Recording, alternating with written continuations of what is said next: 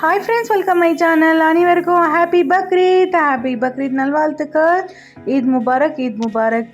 அப்புறம் இன்றைக்கி நம்ம பக்ரீத் ஸ்பெஷல் என்ன செய்ய போகிறோம்னு பார்த்தீங்கன்னா, குலாப் ஜாமுன்ஸ் செய்ய போகிறோம், ஸ்வீட்டு.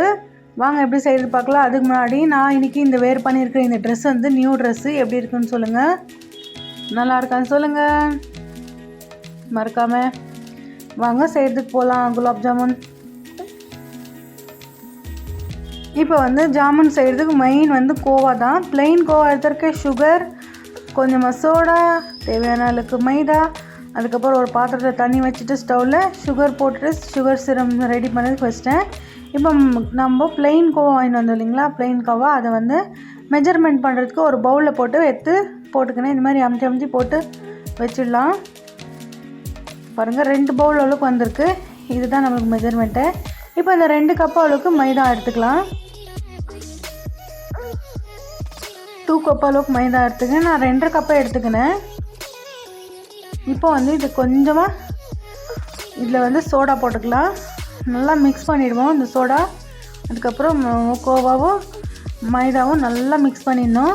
நல்லா மிக்ஸ் பண்ணி அது ரெண்டும் மிக்ஸ் ஆகிடணும். மைதாவே தெரியக்கூடாது. நல்லா மிக்ஸ் ஆகிட்டு நல்லா எல்லோவாக ஆகிடும். அதுக்கப்புறம் கொஞ்சமாக இந்த தண்ணியை தெளித்து மிக்ஸ் பண்ணிக்கலாம். தண்ணி ஊற்றியே பால் ஊற்றுறதோட தண்ணி ஊற்றியும் மிக்ஸ் பண்ணிக்கலாம், நல்லாயிருக்கும்.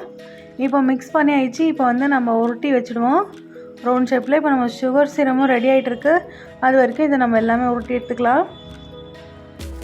எந்த ஷேப் வேணும் அந்த ஷேப்புக்கு எடுத்து உருட்டிக்கலாம். இப்போ நான் இந்த ஷேப்லேயே ஃபுல்லாக முடிச்சிட்டேன். ரவுண்ட் ஷேப்லேயே, நீளமான ஷேப்லேயே கூட செய்யலாம், நல்லாயிருக்கும். நான் இந்த ஷேப் எடுத்துக்கினேன். இப்போ ஒன்றா ஃப்ரை பண்ணி எடுத்துக்குவோம். போட்டு நல்லா ஃப்ரை ஆகிடுச்சு. நான் ஒரு டைம் போட்டு ஃப்ரை பண்ணி எடுத்துகிட்டு அதுக்கப்புறம் ஜீராவில் போட்டுருவேன். அதுக்கு முன்னாடி நான் என்ன பண்ணுவேன்னா, ஃபஸ்ட்டு இந்த மாதிரி ஒன்று எடுத்துகிட்டு சாப்பிட்டு பார்ப்பேன். நல்லா டேஸ்ட்டு நல்லா இருக்கா, எல்லாம் பர்ஃபெக்டாக இருக்கான்ட்டு இந்த கஜூரை சாப்பிட்டு பார்த்துட்டு அதுக்கப்புறம் தான் மிச்சதெல்லாம் ஃப்ரை பண்ணுவேன். நீங்களும் இந்த மாதிரி ட்ரை பண்ணி பாருங்கள். அப்போ உங்களுக்கு எது கம்மியாக இருக்குதுன்னு தெரிய வரும்.